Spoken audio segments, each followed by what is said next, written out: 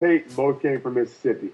Jerry Rice went to Mississippi Valley State, and Walter Payton went to Jackson State. But were they really from Mississippi? Yeah. Jerry Rice is from... Did you ever hear Jerry Rice talk before he got out of California? Yeah, Jerry Rice is country. He's from the heart of it, like Hattiesburg, Mississippi or something like that. He was from... I'm not going to say it. I was going to say he was from the cotton.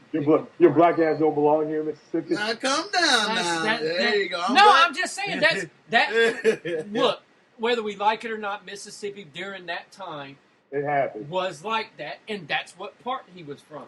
Watch the football life. He talks about it. We're not making light. I'm not making light. I'm telling you where he was from. He was from the cotton picking part, is what they call it. I'm just telling you. His dad was a brick mason. I'm telling you. All right, top 25. We'll name off the top 10 and just let you know how much it's shuffled.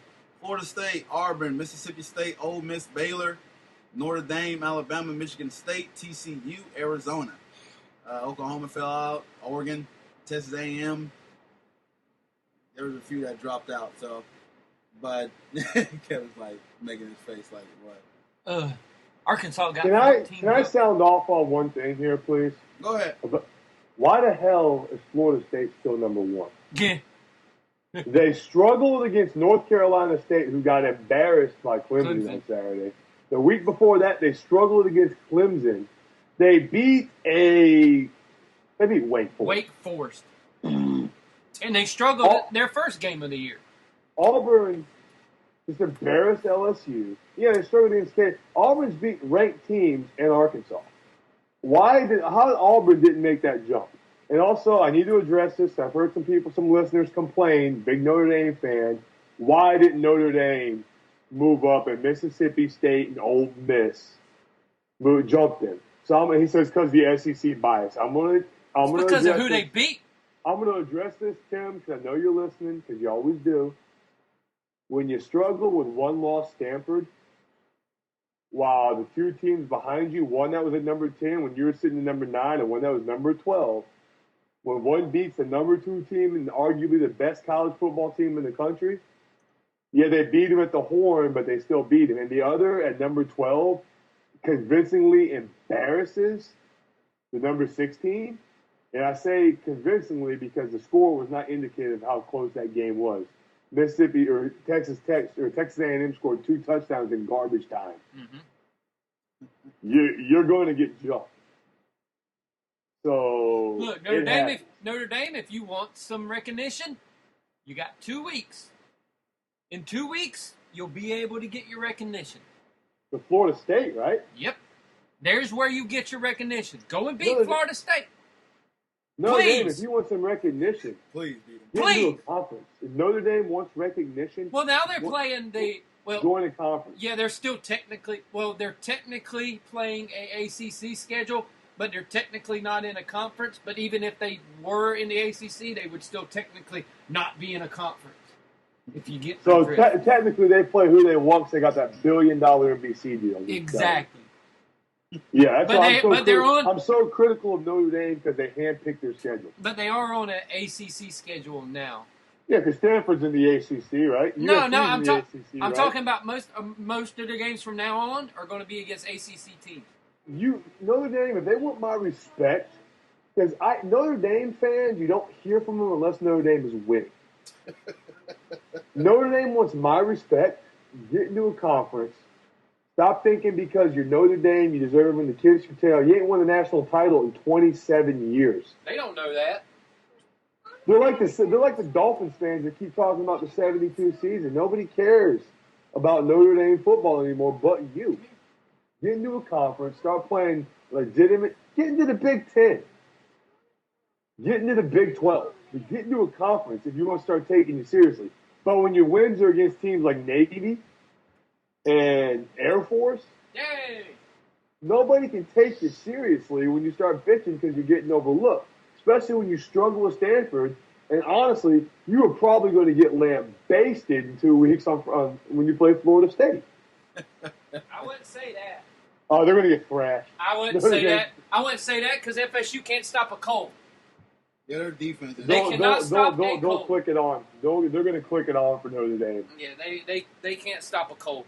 Notre Dame was given a shot against Alabama last year, and it was 28-0 at the end of the first quarter. Does anyone remember that? Oh, yeah.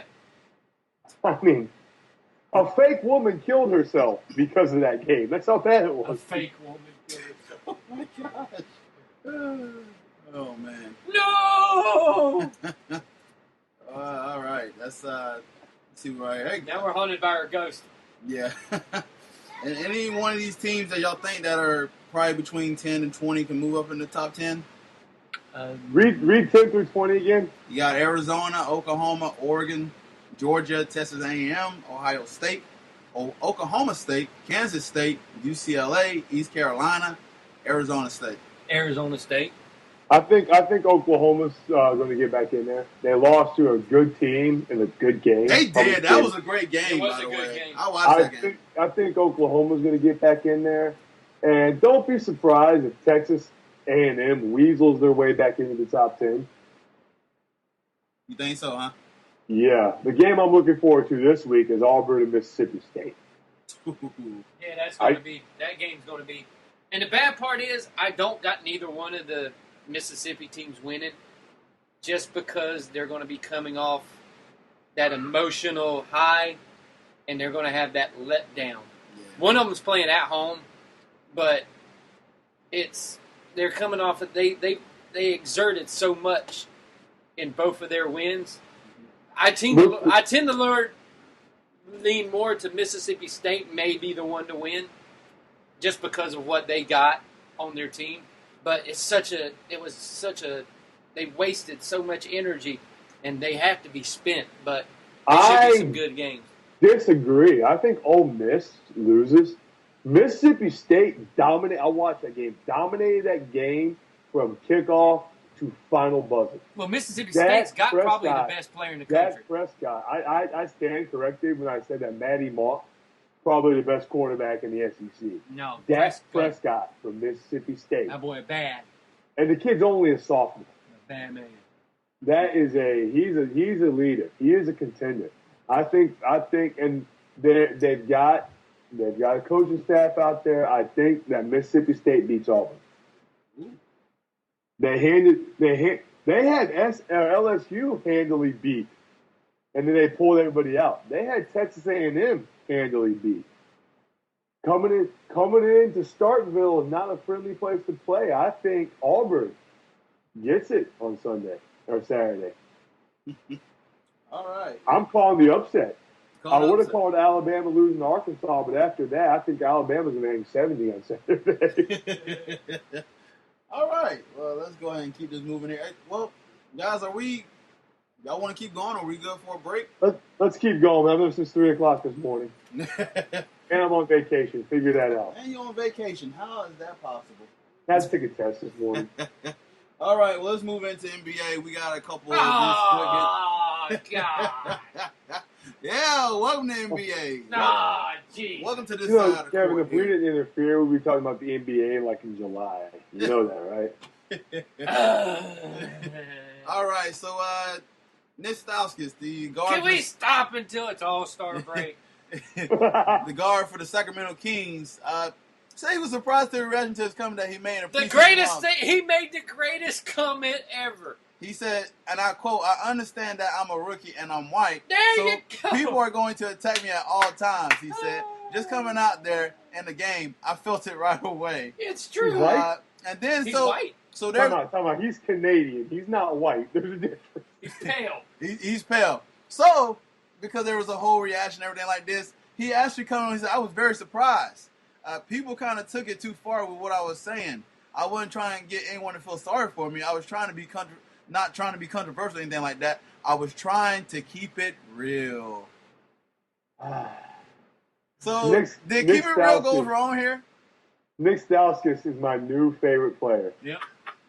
Because just like the White Mamba, he doesn't get it. And I love it.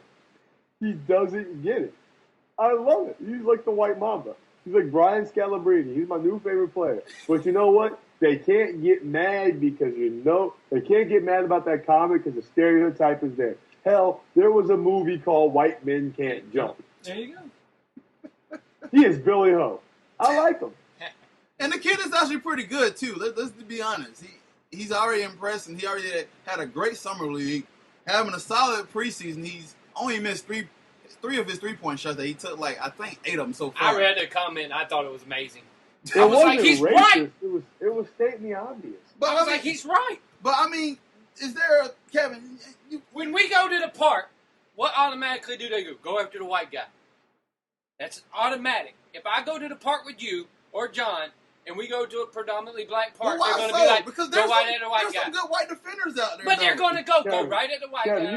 You go with me. I'm also 6'4", dude. That's why they kind of look at you kind of weird.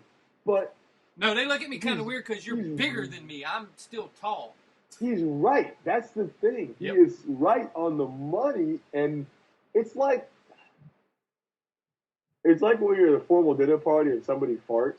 No one wants to acknowledge it, but you all know it's there. You know, it is the turd in the punch bowl. This is the elephant in the room, and he acknowledged it, and it's funny. I can't even be offended. What can you say? Now, at the same time, though, the backhand of this, remember 20 years ago when Isaiah Thomas said the only reason Larry Bird gets enough press gets the press is because he was white? Yeah. Now, if Andrew Wiggins was something about Nick Stauskas, it would have been a different story. Yeah. But he's acknowledging a stereotype, and as I say, a lot of stereotypes, unfortunately, are based on what? So, yeah, true. So I guess we're all guilty of it. Okay, we play basketball with a white person. They can automatically shoot. Yeah, one thing I know about basketball, but they automatically shoot, but they can't defend. That's pretty much what we're getting at here, right? One thing I know about basketball is never leave the white guy open. That's I've learned that too many times. Yes. Never leave the white. Never foul him at the end of a game because he's gonna make free throws, right? But you know what? When it comes to that first step, he's looking at the back of my jersey. It's the stereotype. It is idiotic. It's stereotype. Not true. I'll trip you. So y'all agreed it was just a lighthearted comment that everybody took too serious. I thought it was funny. It was funny, but at the same time, Stauskas, you're a rookie. Shut up. Nobody cares about your opinion. You're a rookie. It's like when we get the new guy in the shop and he wants to start shooting his mouth off. Shut up, dude. Learn something before you start running your mouth off. But if he keeps this up, he's gonna make my all-interview team for the NBA this year. Nice. All right, well, we have to keep on that here. Another quick hit. All right, we're going to do a no deal or big deal. All right, so Nene, DeJuan Blair, and 2 other players that were suspended for 1 game for leaving the bench with altercation with Paul Pierce and Joakim Noah. So they're suspended. Too bad Paul Pierce couldn't get suspended. So, yeah, have you seen that video, John, where it was... Of course I saw it. Did you saw a fight in preseason? Hell yeah, I saw it. So, I mean, let's make a... first of all, is it...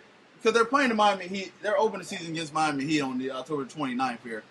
Is it a big deal that Nene is going down? This is one of their main claws from the team here. This is the first game. But what do you think about this whole issue, about this fighting in preseason and Paul Pierce actually putting his finger in Joakim Noah's face? I'm going to tell you this, what it does show. It shows a huge lack of discipline already early in the season on a Bull team that was already, there's already some maturity questions for Joakim Noah.